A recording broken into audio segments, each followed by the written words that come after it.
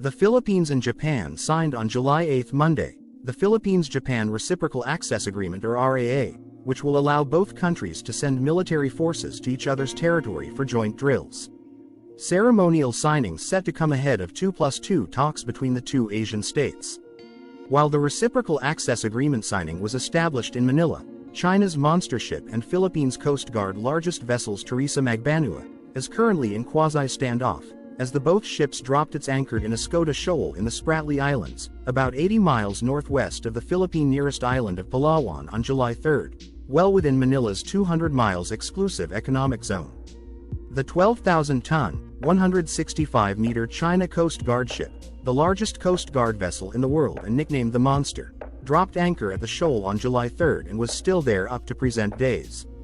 Whereas the 97-meter Teresa Magbanua, the PCG's most modern vessel, has been stationed at Escoda since April in response to the presence of Chinese maritime militias and suspected Chinese reclamation activities in the area. While at Sabina Shoal, the Chinese ship anchored within 800 yards of one of the Philippine Coast Guard's newest and biggest ships previously deployed to the area. The presence of the largest Coast Guard vessels of the Philippines and China at Escoda underscores the heightening maritime conflict between the two countries. Since the Chinese ship arrived at the shoal, the crew of the Teresa Magbanua had constantly reminded it, through radio calls, that it was inside the country's EEZ, and told it to leave. Coast Guard vessel 5901 within the vicinity waters of Sabina Shoal. This is Philippine Coast Guard vessel PRT Teresa Magbanua, MRRV 9701. You are sailing within the Philippine Exclusive Economic Zone. What is your intention? Over. The Chinese response was they had sovereignty over these waters as well, and that they are also doing a maritime law enforcement operation.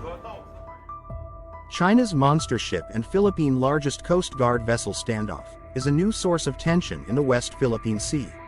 On July 1, before the arrival of CCG 5901, the Armed Forces of the Philippines reported that there were 2 Chinese Coast Guard vessels, 1 People's Liberation Army Navy ship and 3 Chinese maritime militia boats at Escoda.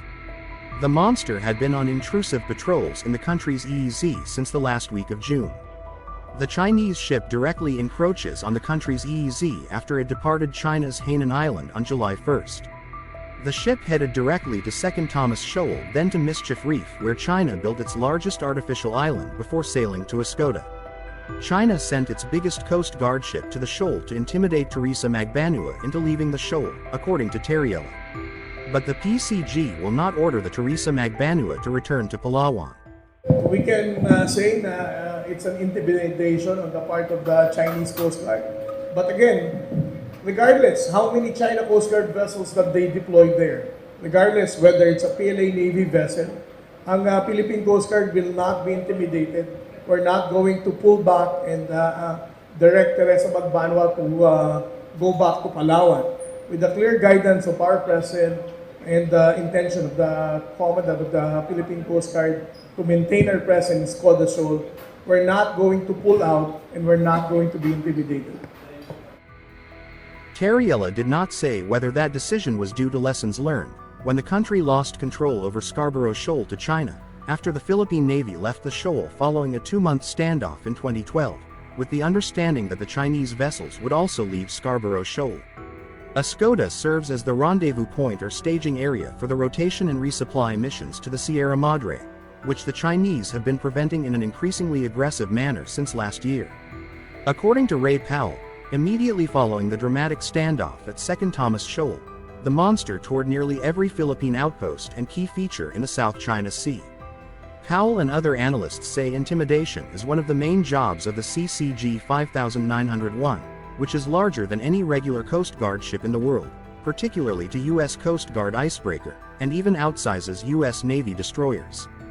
The Arleigh Burke-class destroyers displace 9,700 tons and are about 35 feet shorter than CCG 5901. The U.S. Coast Guard's national security cutters displace 4,500 tons, a third of the size of China's largest Coast Guard ship. In a firepower comparison, China's Monsters ship also betters the US cutters, with two main 76.2mm guns compared to one main 57mm gun on the US ships. Its massive size enables it to intimidate its neighbors while avoiding the escalatory implications of sending a gray-hulled military vessel. Back in Manila, the Reciprocal Access Agreement, RAA, which will ease access for troops between the two countries, was signed in Philippine Presidential Palace, where Japanese Foreign Minister Yoko Kamikawa and Defense Minister Minoru Kihara paid a courtesy call to President Ferdinand Marcos Jr. on Monday. Both Japanese ministers are in Manila on the day for their 2+2 defense and foreign ministers meeting between the Philippines and Japan. Minister Kamikawa, in the presence of His Excellency Ferdinand R. Marcos Jr., President of the Republic of the Philippines, signed the agreement between Japan and the Republic of the Philippines concerning the facilitation of reciprocal access and cooperation between the self-defense forces of Japan and the armed forces of the Philippines. The Japan-Philippines Reciprocal Access Agreement, with Gilberto Teodoro Jr., Secretary of National Defense of the Republic of the Philippines. The signing ceremony was attended by Kihara Minoru, Minister of Defense of Japan, and Enrique A. Manalo, Secretary for Foreign Affairs of the Republic of the Philippines. The Japan-Philippines RAA is an agreement which establishes procedures for the cooperative activities that are conducted by forces of Japan and the Philippines, while the forces of one country is visiting the other country, and defines a legal status of the visiting force. The Philippines is the third country with which Japan signed the RAA, following Australia and the United Kingdom. It is expected that the Japan-Philippines RAA will facilitate the implementation of cooperative activities, such as joint exercises and disaster relief between Japan and the Philippines, and improve interoperability between the forces of the two countries. As the security environment in the region becomes increasingly severe, the signing of this important security-related agreement with the Philippines, a strategic partner located at a strategic juncture on the sea lanes, and sharing fundamental values and principles with Japan, will further promote security and defense cooperation between the two countries, and firmly support peace and stability in the Indo-Pacific region. This development, which comes as China continues to ramp up tensions in the South China Sea, will upgrade the bilateral relations between Manila and Tokyo. Since the deal fosters greater defense cooperation, by allowing the Japan Self-Defense Force to go to Manila and train with the Philippine Armed Forces. Similarly, the deal adds to the growing list of like-minded partners teaming up to counter China's influence in the Indo-Pacific region. Formal negotiations for the RAA began in November 2023 after the visit of Japanese Prime Minister Fumio Kishida to Manila. Several months later, the two countries held a virtual line-by-line reading of the pact's main text and records of discussion on June 11, according to the Palace statement on Sunday. Aside from Japan Reciprocal Access Agreement, the Philippines had Mutual Defense Treaty signed in 1951, evolved into Visiting Forces Agreement in 1998 and Enhanced Defense Cooperation Agreement in 2014 with the United States, and Status of Visiting Forces Agreement signed in 2007 and took effect in 2012 with the Commonwealth of Australia. The RAA bears some similarity to the Visiting Forces Agreement, VFA, that the Philippines and the US signed in 1998. However, Manila has bitter memories from deals of this nature. The VFA was nearly dissolved under the administration of former President Rodrigo Duterte, after he threatened to end the pact over a bid to gain more leverage, but he ultimately reinstated it in June 2021. The Philippine Armed Forces Chief of Staff General Romeo Brawner told reporters on Thursday that the RAA will allow the Philippines to conduct more than just humanitarian assistance and disaster relief operations, but actual military operations. Once the pact comes into force, the RAA with Manila will be Japan's third defense cooperation deal with other countries, including the United Kingdom. In a significant and alarming development, the Chinese People's Liberation Army Navy has deployed an amphibious assault ship to the Spratly Islands in the South China Sea for the first time.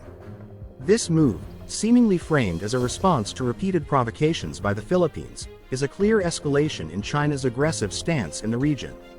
The reality behind this deployment, however, reveals a pattern of bullying tactics and provocations aimed at asserting control over areas with illegal Chinese presence. On June 4, 2024, China's Type 075 landing helicopter dock and amphibious assault ship was spotted near Subi Reef, marking its first deployment to the Spratly Islands. This came shortly after another amphibious warship, a Type 071 amphibious landing ship, conducted hovercraft drills near Escoda Shoal. Chinese state media and analysts have framed these maneuvers as necessary measures in response to alleged Philippine provocations. However, this narrative is a strategic distortion of the truth. The deployment of the Type 075 amphibious assault ship coincided with a scientific survey conducted by Filipino civilian scientists in Escoda Shoal. This peaceful scientific activity was disrupted by China's aggressive military presence, highlighting China's intent to intimidate and control. The actions of the China's People's Liberation Army Navy are not defensive but are part of a broader strategy to assert dominance in the South China Sea, disregarding the sovereign rights of neighboring nations. China's consistent framing of the Philippines as the aggressor is a blatant attempt to shift blame and obscure its own provocations. The Philippines, a sovereign nation, has been conducting legitimate and peaceful activities within its exclusive economic zone, as defined by international law and the 2016 ruling by the Permanent Court of Arbitration, which invalidated China's expansive claims in the South China Sea. The portrayal of the Philippines as the provocateur is a smokescreen designed to justify China's 10-dash line. The escalation of tension in the West Philippine Sea is a direct result of China's justification for its 10-dash line claim and provocative actions. China's deployment of amphibious assault ships and the implementation of new restrictive measures by the China Coast Guard are clear indicators of its expansionist agenda. These actions are not about safeguarding territorial sovereignty but about establishing control and dominance over strategic maritime regions. China's repeated claims of legitimate activities in the South China Sea ignore the rights and sovereignty of its neighbors. The presence of Chinese military vessels in these contested waters is a form of maritime bullying, aimed at coercing smaller nations into submission. The international community must recognize these actions for what they are: aggressive moves that undermine regional stability and violate international law.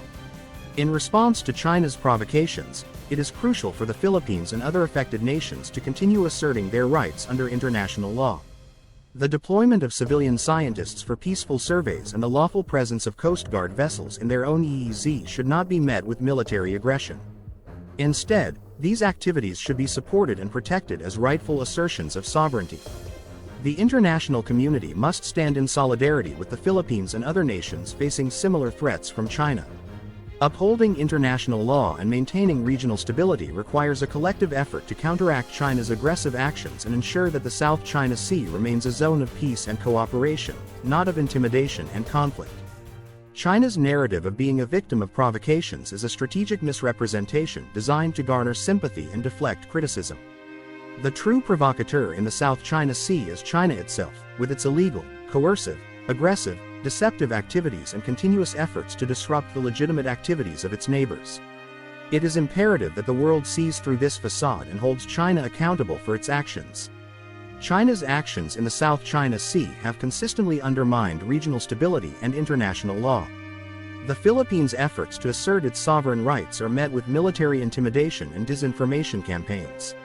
China's deployment of hovercrafts, aircraft and its monster ship to the area, alongside their aggressive posturing, are clear attempts to escalate tensions and assert dominance through coercive means. The Philippines has shown remarkable restraint and commitment to peace despite these provocations.